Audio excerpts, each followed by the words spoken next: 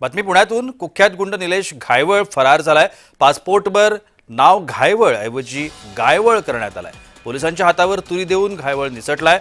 घायवळला राजकीय पाठबळ आहे का असं देखील आता प्रश्न उपस्थित होतो।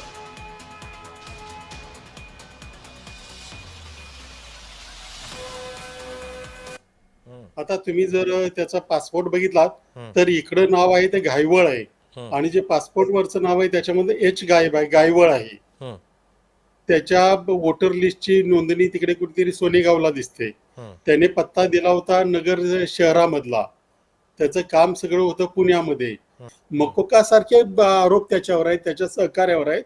असं असताना तो पळून जातो आणि पोलिसांना गेल्यानंतर लक्षात येतं आणि त्याला कुठून आधार कार्ड मिळालं, कुठून वोटर कार्ड मिळालं याची चौकशी खरं तर फार पूर्वी व्हायला पाहिजे होती।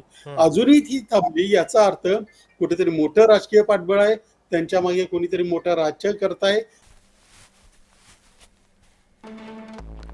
तर निलेश घायवळ कसा पळाला याचा एक आढावा पासपोर्टमध्ये फेरबदल करत त्याने पळण्याचा मार्ग शोधल्याचं म्हटलं जात आहे। आडनावात बदल करत घायवळ परदेशात पळाला असं देखील म्हटलं जात आहे। घायवळऐवजी गायवळ असं त्याने आडनाव त्याच्या पासपोर्टमध्ये लावलं होतं। पासपोर्टसाठी अहिल्यानगरमधील पत्ता दिल्याचं देखील उघड झालंय। पासपोर्टवर निलेश बन्सीलाल गायवळ असं नाव होतं।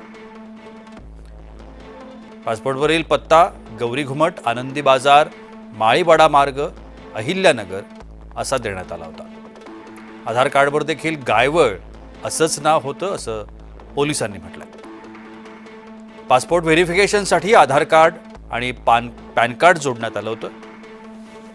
व्हेरिफिकेशनसाठी भाडं करार पत्रही जोडलं गेलं होतं असं देखील पोलीस म्हणतायत।